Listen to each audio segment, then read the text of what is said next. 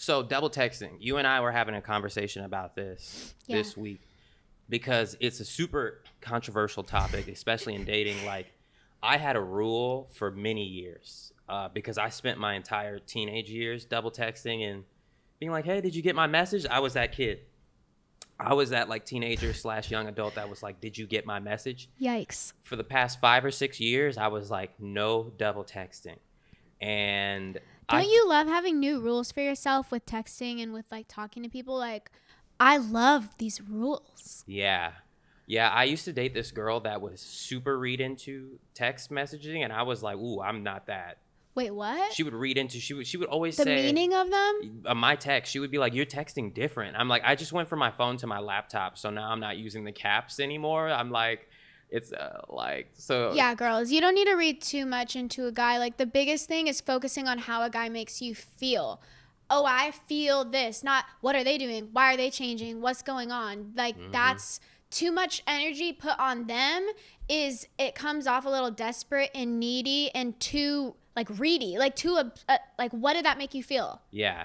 Yeah. What did that make you feel? When she was like trying to read between the lines, I was like, he was like, I don't even know. Like, I don't even know. I'm a guy. Like, yeah, they're aloof. They're out of it. They don't even know half the time. So yeah, sometimes even if you can overread a situation, it's just not necessary. Like, it's not worth your time and energy. Your energy and time should be put on you creating your best life. And that's it, period. You need to focus on yourself. You said that in a mean way. But I'm sorry. It's true. I mean, especially that girl that I was. You were probably doing something. You're probably. I don't think she was making it up. I'm just saying, when a guy does act up or act different, and his texts are different, like, just be like, oh, mental note, something's shifting, but you can find another guy if he ends up disappearing or ghosting, whatever. So. Yeah, and we were like. Together. Oh, you were together. This was your girlfriend. Yeah, like pretty much. Like I would say, like what's pretty much. I mean, I could don't not be with say, a guy who says pretty much. It's weird because I could not say that she was not my girlfriend. I think it would be offensive to say that. Did you never ask her to be your girlfriend? I did, and she did say yes. Okay, that's your girlfriend. But I kind of got in a lot of trouble with her because I went back on it and I was like, never mind. It was a bad move. But I mean, actually, when? How recent? This was like 3 or 4 years ago. No, but how recent in the relationship were you like, actually, never mind? Like, we were just talking about changing minds. It was like 2 weeks into it. Like, you know, her and I are friends now. We're good friends. We would laugh about it. And the worst thing I've ever done is a guy asked me to be his girlfriend, and 3 days later, I broke up with him. It was so embarrassing. Yeah. And then I actually changed my mind.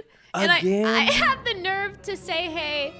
And like be like, oh, I feel really bad. Like, I actually still want to be your girlfriend. And then I broke up with him again. No way. Yeah, You're the worst. Yeah. No, this guy was specifically like, he was the worst. So he was rushing it to ask.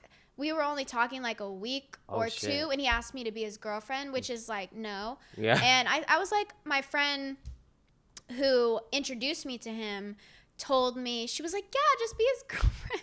Just be his girlfriend. And I was just playing around. Like, I was like, okay. Like, I didn't have any other guys that I was like really seeing or dating. It was like a little bit after my dad passed away. So I was just like, whatever. And yeah, I put him a little bit through the ringer emotionally. Yeah. And that's what you get when you want to be like that. If you wanted some quick stuff, it's going to end just as quickly as it started. So, yeah. Yeah. So, you're actually making me feel better because I feel bad that I went back on mine. I definitely change my mind all the time. Yeah. When it's wrong. When it's the right guy, you don't really feel as much like maybe you'll feel a little bit like, oh, should I really be with him? But it's not, it's like only a little bit. Yeah. But when it's like this, that's, if you're changing, you're not with her anymore. Oh, no. So it was weird because she was the only girl I ever dated that was like super, super nice to me. Like, interesting. Like, which makes sense why you'd leave. It was weird. She would be telling me like, oh, you're a genius. And I was like, Oh. I was like, I've never had a girl. You don't even feel like a genius. No, I feel like I'm just me. I'm just different. But why was she saying that about what? Just everything. She was just hyping me up. She would say it often too. That's sweet. Yeah, it was. Was she a lot younger than you? No, she was actually a lot older than me. Ew. She was like 7 years older than me. And I was like, and thought you were a genius. 25, and she was like 30 something. And the real, like, she was like, she had said at the time, she was like, I want to have kids 3 years from now. So I was like, you're like, that's not gonna happen.